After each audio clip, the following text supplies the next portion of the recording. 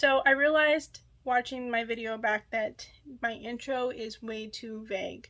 So to explain, I am going to be doing an endometriosis surgery, and I want to kind of document that because there's a good possibility I'm going to be having a hysterectomy. The hysterectomy is not completely related to the endometriosis, but it also is. So you'll understand what I mean by that later on as you get more videos from me. But this video is mainly explaining my emotions and apprehension about putting this out there because it is very emotional, and I'm completely fine with being open, but with something so sensitive like this, I'm extremely worried about any I guess not negative feedback, but like invalidation and people just not getting it and anything negative, I guess. And so I'm putting this out there to kind of make it easier for me to give people like myself what they need, because I'm currently trying to find other areas of support and there really isn't anything out there. So I'd like to make that, and to do that I kind of need to give this general intro statement thing, video diary type, I don't know, but that's what this video is. Hi, so I know where I want to go with this video, but I don't know if my brain's going to let me go there because I'm just dealing with a lot of brain fog today. For lack of a better word, this is basically going to be an introduction to a series. It's not a fun series, but it's a series that I think needs to be out there, just for other people that are going to go through this eventually, and for my own emotional well-being. I think it'd be very therapeutic to do this. I had made this video when I wanted to. This video would have looked a lot different than it does with me making it now, which kind of bothers me, but I think that actually might be good. When I was first going into this, I was going to film myself and only post it if I ended up getting a hysterectomy, because for some reason I am embarrassed that if I go through this and I don't end up with a hysterectomy, that it means that I failed in some way, and that is stupid. Wanted to jump in here for a second. Editing this, I'm upset I used the word stupid so much. Negative self-talk is never helpful, but in transparency, it's how I feel. The emotions I'm going through are complicated, and it's causing a lot of frustration and anger towards myself surrounding this hysterectomy, which I will hopefully get into in a later video. But I just wanted to jump in and explain that it's due to a conflict in my head. But I still feel that way. One, I feel like I'm going to be denied based on my age. And two, I feel like I might back out due to grief. Based on my conversations with my doctor, I think it's less likely that I'll be denied. I think it's more likely that I might back out temporarily or possibly altogether. I think that'd be stupid, but you can't really control your emotions. I don't know. I'm afraid of putting it out there and being vulnerable in this area, because this area is something that I'm very sensitive about, and people are just heartless on the internet and just in general.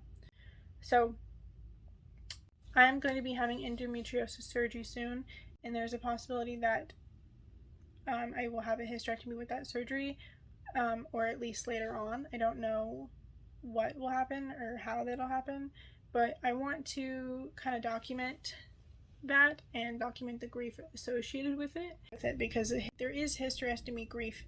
It's just not talked about a lot whenever I have a hysterectomy, because it's a win. Unfortunately, it's on an if. Before now, thinking about it, there's a grief to it, and then afterward, there's definitely going to be a grief to it. And I'd like to talk about grief in a way where really regret is not a part of it, because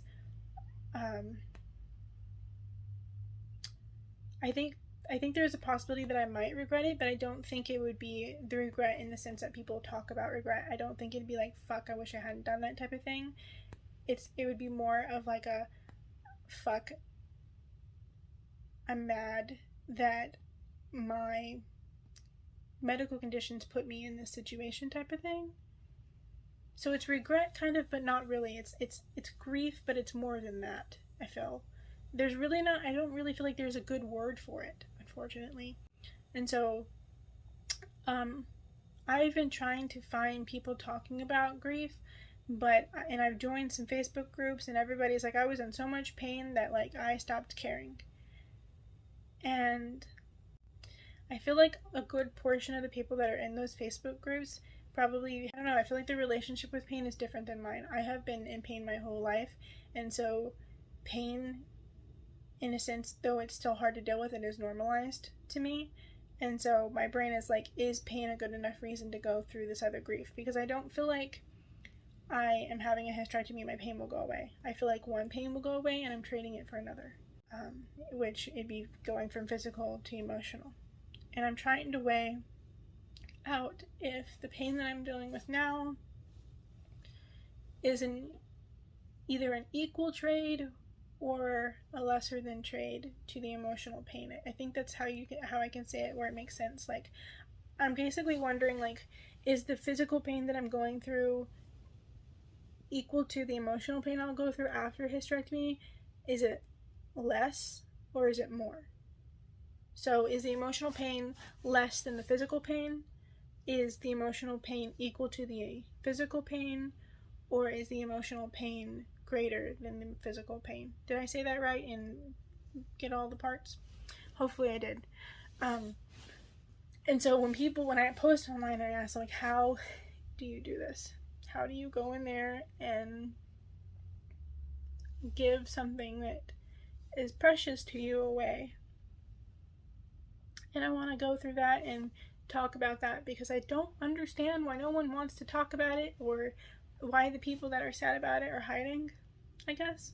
I keep jumping in this video and I apologize, but something I didn't add that I wanted to add is that when they say, like, I was in so much pain that I didn't care anymore, like, wow, I understand that. I understand that, you know, pain can force you into doing something you don't want. It feels invalidating in the sense that I feel like I'm being forced to do a hysterectomy by my body. But, you know, just saying I didn't have a choice is not validating the pain that I'm going to be going through emotionally right now and later on.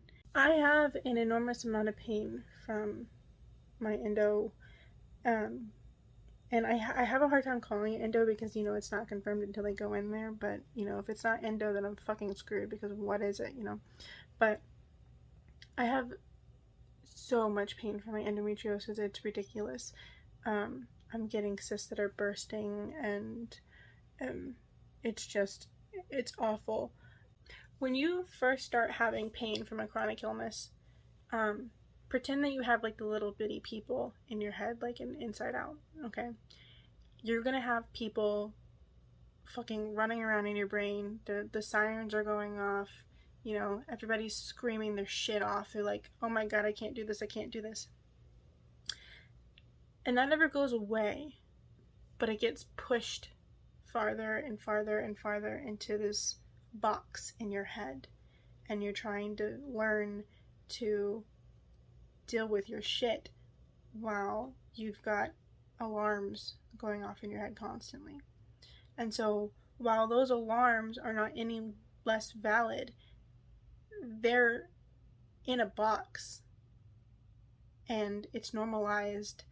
And, you know, I'm at a place where I'm wondering, like, how to figure out how to make a decision when I don't know all the facts, because I don't know exactly how bad the grief's going to be afterwards. I am grieving even if I don't get a hysterectomy because I really don't think that I could handle having children. And I've made videos in the past where I said that I wasn't going to have biological kids, and I won't. And so I'm going to be repeating myself a lot throughout these videos, but I'm not grieving biological children. I'm grieving the aspect of being able to experience pregnancy. And theoretically, if I was able to tolerate pregnancy and everything, I could adopt an embryo or an egg. I'm losing my train of thought though. I'm basically trying to figure out, like, is the trade-off worth it? You know, when you are getting a new organ, you know, you're trading one medical condition for another because you're going to continuously have to take medication so you don't reject it. While when I remove an organ, I'm not having to take medications to reject it. I feel like I am trading the difficulties I'm having with keeping my uterus for a profound amount of grief. And like I said, I'm still grieving now because I still really do not have the ability to have children naturally. And there is like, I really don't think I could carry a pregnancy safely for me or baby. So while I'm still grieving now, it's not this finality, it's not this permanent thing that I'm setting in stone, you know? Because I can always be reckless and stupid and decide later on, if I find somebody, you know what, I think I am going to be stubborn enough to try to do this, you know? Once I do the hysterectomy, I don't have that option anymore. And so, you know, that's scary. I just feel like I'm not getting the emotional support that I need out of the groups that I've been accepted in or applied for, whatever you say.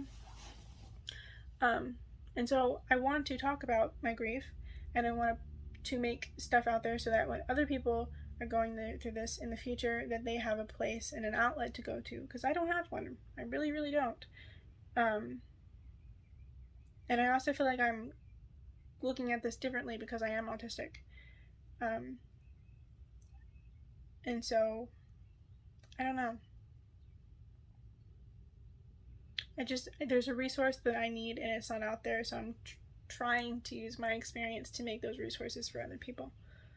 Granted, I don't know how helpful it'll be. I don't know how many people will need it, but if it helps one person, you know, then yay. I'm apprehensive about doing this because I don't want people to use my emotions against me. This is already something that is difficult, and I don't need other people making it more difficult. And so while I want to make stuff for other people to use to help them in the future, I also have to do this in a way that guards my heart. And so I don't really know exactly how that's going to look yet.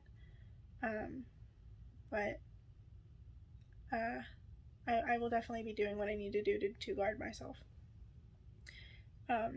Because I don't want other people invalidating my reasoning for getting a hysterectomy, invalidating my grief, or invalidating the pain that I am physically going through.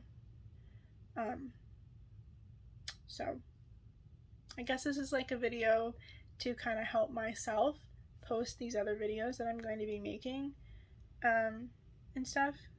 And yeah, so I guess look out for that and stuff, and I'll see you next time.